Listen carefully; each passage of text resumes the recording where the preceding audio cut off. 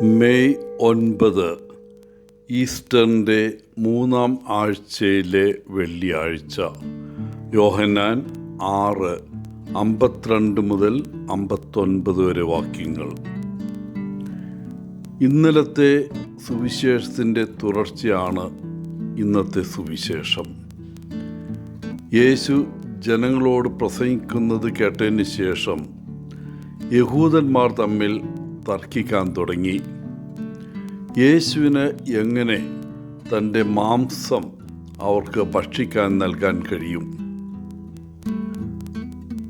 ഇത് ഒട്ടും ആകർഷകമായിരുന്നില്ല. മനുഷ്യ മാംസം ഭക്ഷിക്കുന്നതിനെക്കുറിച്ച് ആർക്ക് ചിന്തിക്കാനാകും?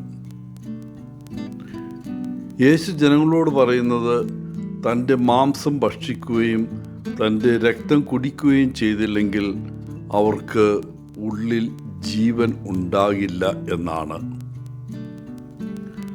ഈ വായനയിൽ മാംസവും രക്തവും എന്ന വാക്കുകൾ മുഴുവൻ വ്യക്തിയെ സൂചിപ്പിക്കുന്ന ഒരു ഹെബ്രായ ശൈലിയാണ്. യേശു തൻ്റെ മാംസവും രക്തവും എന്ന് പറയുമ്പോൾ അവൻ അക്ഷരാർത്ഥത്തിൽ സംസാരിക്കുന്നതല്ല, മറിച്ച് ആലങ്കാരികമായി സംസാരിക്കുകയാണ്. ക്രിസ്തുവിൻ്റെ ശരീരവും രക്തവും സ്വീകരിക്കുമ്പോൾ നാം യഥാർത്ഥത്തിൽ യേശുവിനെ ആഴത്തിൽ വ്യക്തിപരമായ രീതിയിൽ കണ്ടുമുട്ടുവെന്ന് മനസ്സിലാക്കാനും വിശ്വസിക്കാനും യേശു ആഗ്രഹിക്കുന്നു. ക്രിസ്തുവിൻ്റെ ശരീരവും രക്തവും സ്വീകരിക്കുമ്പോൾ നാം യഥാർത്ഥത്തിൽ യേശുവുമായി കൂട്ടായ്മയിലാണ്. നമ്മുടെ ഇടയിൽ വസിക്കുന്നതിൽ യേശു തൃപ്തനല്ല. അവനെ നമ്മുടെ DNA ഭാഗമാക്കണമെന്ന് അവൻ ആഗ്രഹിക്കുന്നു. നാം അവനിൽ വസിക്കണമെങ്കിൽ നമ്മുടെ ഭൗതിക സ്വത്വത്തിൻ്റെ എല്ലാ ഭാഗങ്ങളിലും അവനെ ഉൾപ്പെടുത്താൻ നമുക്ക് കഴിയണം.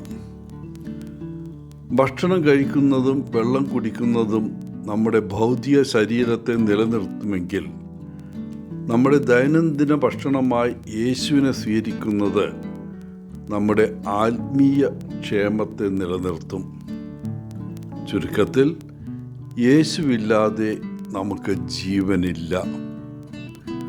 അതുകൊണ്ടാണ് വിശുദ്ധ കുർബാനയുടെ സമയത്ത് യേശുവിനെ സ്വീകരിക്കുമ്പോഴെല്ലാം അവൻ്റെ രാജ്യത്തിലേക്ക് നാം യാത്ര ചെയ്യുമ്പോൾ നമ്മെ പരിപോഷിപ്പിക്കാൻ അവനെ അനുവദിക്കുന്നത്.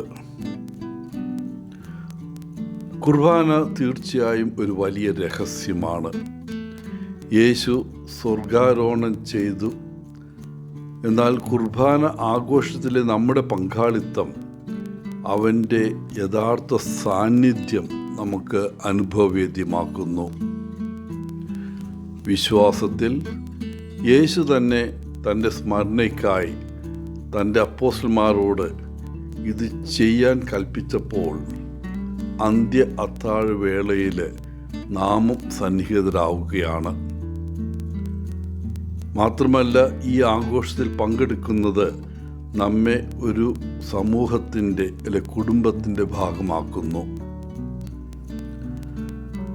നമ്മൾ യേശുവിൻ്റെ ശരീരവും രക്തവും സ്വീകരിക്കുമ്പോൾ നമ്മെ നോക്കുന്ന ഏതൊരാളും യേശുവിനെ കാണുന്ന തരത്തിൽ അവൻ നമ്മുടെ ഭൗതിക സ്വത്വത്തിൽ യഥാർത്ഥത്തിൽ സന്നിഹിതനാകുന്നു.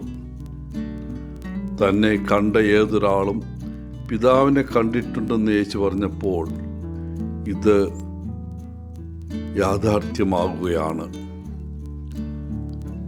ചിലർക്ക് ഒരുപക്ഷെ ഇത് വളരെ ആദർശപരമായി തോന്നാം.